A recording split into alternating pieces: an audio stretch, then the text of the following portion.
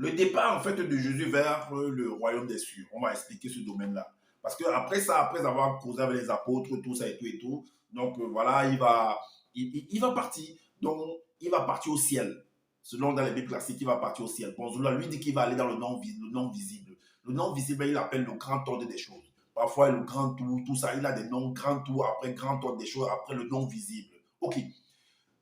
Zola, quand il parle en fait de la Bible classique des chrétiens, des religions, sans savoir que lui-même c'est un religieux, donc il dit en fait, quand il donne des cours par rapport, il fait des vidéos par rapport aux Bibles classiques, il dit le Dieu de la Bible en fait, donc que ce soit Yahvé, Adonai, El Shaddai, que ce soit Jéhovah, que ce soit Dieu, tout ça, qu'il habite dans le ciel, en haut, dans le ciel en haut. Ok, on va voir donc, parce que en même temps, il dit que son Loba, qui est le créateur, le véritable créateur, qu'en dehors de lui, il n'y a pas d'autre créateur, que les autres ont usurpé son titre, le titre de Loba. Et que Loba, en fait, vit inexplicablement hors de tout. Donc, tu ne peux pas décrire, en fait. Tu ne peux pas. Et vous allez comprendre qu'en fait, son Loba-là habite au ciel aussi. Vous allez comprendre. Et c'est là-bas que Jésus, parce que Jésus dit dans la Bible classique que je m'en vais vers le Père. Quand la femme, quand il ressuscite selon le récit, quand il ressuscite, il sort du tombeau, ben la femme, quand la femme rencontre Jésus, l'arrête, l'attrape, il dit, ne m'attrape pas, je ne suis pas encore allé vers mon Père. Ça, c'est selon les Bibles classiques. Mais je l'avais écrit autrement. Il croit qu'en écrivant comme ça, que, ben, on ne va pas comprendre. Mais je vais vous montrer le verset où on montre que son Loba habite dans le ciel. En haut là-bas. On va. Alors, on va dans Évangile caché de Koudoumane au chapitre 35. Chapitre 35, le verset 35. Le verset 35. Alors, c'était pendant... ça, c'est pendant la mort, selon le scénario de la mort de Lazare. Alors, ce personnage de Jésus, là, que vous l'appelez John qui s'appelle, va venir au tombeau. Et pour sortir, en fait, pour ressusciter Lazare, il va faire un geste. Il va parler, il va converser avec son père. Il ne va pas regarder sur la terre, il ne va pas regarder à droite ni à gauche, mais il va regarder vers son père. Et vous allez voir que son père est en haut. Et lisons. Il ôtait donc la pierre. Et Job qui s'appelle leva les yeux comme ça.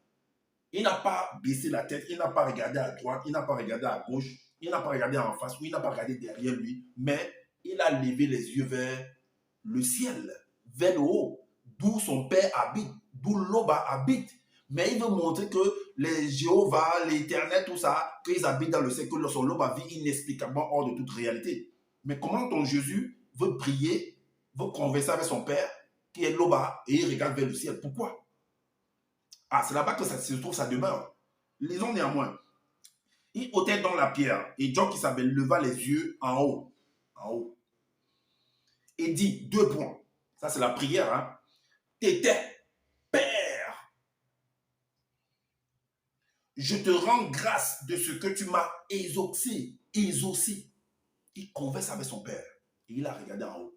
Donc, son Père habite en haut. Ok, ça, c'est un point. Allons dans l'évangile caché de Koudoumane, chapitre 60, verset 39. Il est dit ici que, ben, quand il est en train de partir, donc selon le scénario, il est parti vers le non visible, dans le grand tout, bien le grand tour des choses. Le verset 39, il dit ici que, le verset 39 à 40, il dit, après avoir dit cela, il fut enlevé pendant qu'il le regardait, et une nuée lumineuse le déroba à leurs yeux. Le verset 40 dit, et comme ils avaient les regards fixés vers le ciel, pendant qu'ils s'en allaient, voici 2 hommes noirs, donc des veilleurs, selon ce que je l'ai écrit, vêtus de lin brillant, leur apparurent et dirent, hommes de la terre, donc de Ouassé, pourquoi vous arrêtez-vous à regarder au ciel? Pourquoi vous regardez au ciel? Ce Dieu qui a été enlevé au ciel, du milieu de vous, vous le reverrez que dans la condition du non visible qu'après la grande consommation.